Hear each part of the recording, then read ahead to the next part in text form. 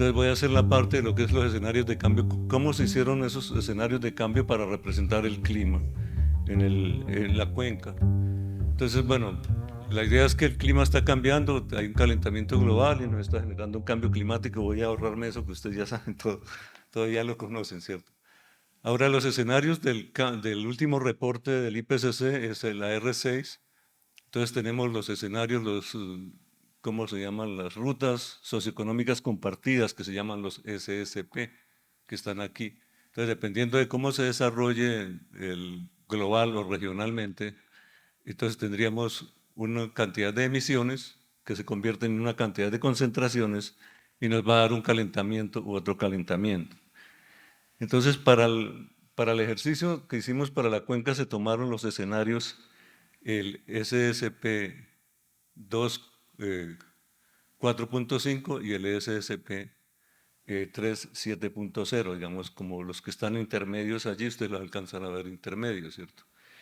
Entonces, con esos, ¿qué es lo que hicimos? Bueno, para el clima de referencia, como les comenté, fue el clima 1991-2020, se tomaron los datos en grilla de 5 kilómetros, se validaron esos con estaciones, 17 estaciones, 77 estaciones para precipitación y temperatura.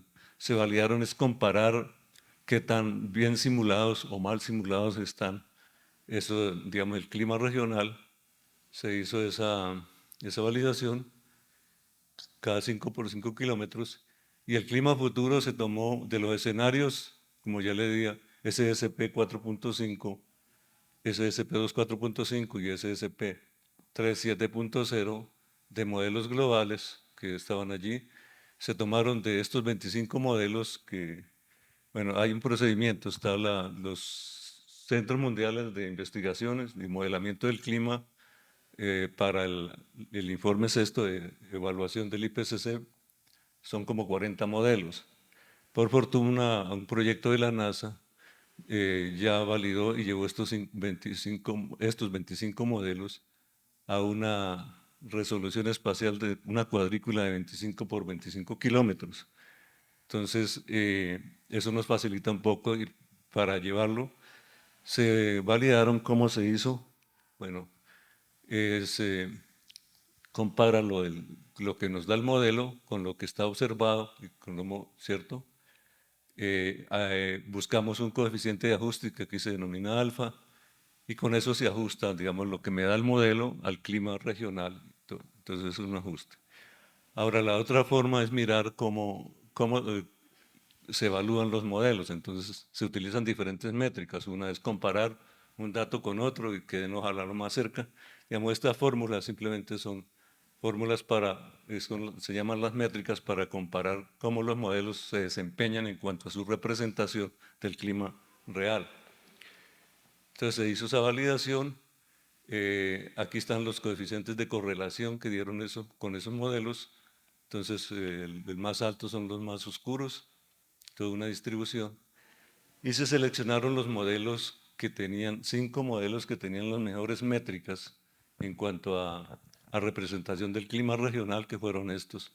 Y sobre la base de estos se llevó a 5 por 5 kilómetros mediante un procedimiento que se llama downscaling estadístico y se generaron, digamos, los mapas en este caso de precipitación para diferentes periodos entre los dos escenarios que se tomaron y con eso lo mismo se hizo para temperatura, se calcularon y se miró, por ejemplo, los tipos de climas de Caldas-Lang, se estimaron los cambios y con eso pues también se calcularon para cada dimensión, por ejemplo, para la dimensión ecosistemas se tomaron las formaciones vegetales de Holdridge, no las zonas de vida de Holdridge, las formaciones vegetales de Holdridge, que son las que realmente se pueden representar con la temperatura, precipitación y evapotranspiración.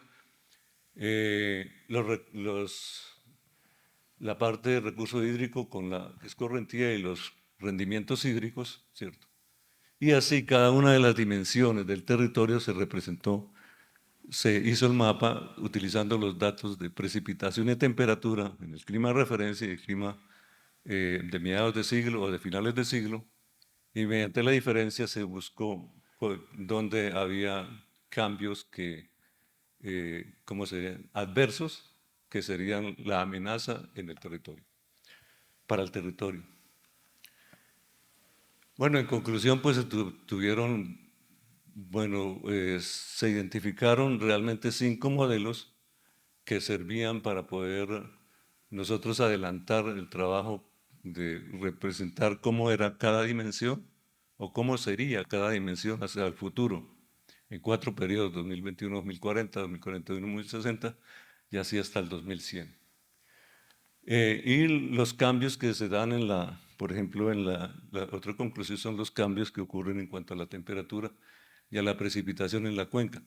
Digamos, en cuanto a los cambios de temperatura, pues no, aquí en el escenario 3.7.0, donde se dan los mayores cambios hacia finales del siglo XXI, como pueden ver, llegan hasta el orden de los 3 puntos y algo, incluso hasta los 4 grados. En cuanto a los cambios de precipitación, hay unas zonas que no se alcanzan a ver allí, pero tienen este color.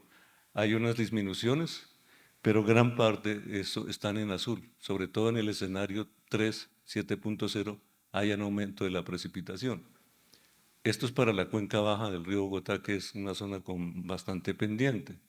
Entonces, en esa zona, lo que se plantea esto es un aumento de los eventos de remoción, por ejemplo, la dimensión de riesgo de desastre.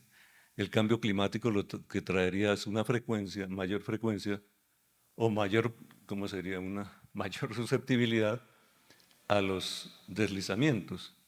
Y eso pues va a afectar, digamos, el riesgo la dimensión de riesgo de desastre, y la gestión de riesgo de desastre tendrá que tomar en cuenta ese efecto del cambio climático sobre eso. Y así sobre las demás dimensiones se pudieron hacer las conclusiones que están en el artículo, resumidas en el artículo que quedará en las memorias de esta conferencia. Muchas gracias.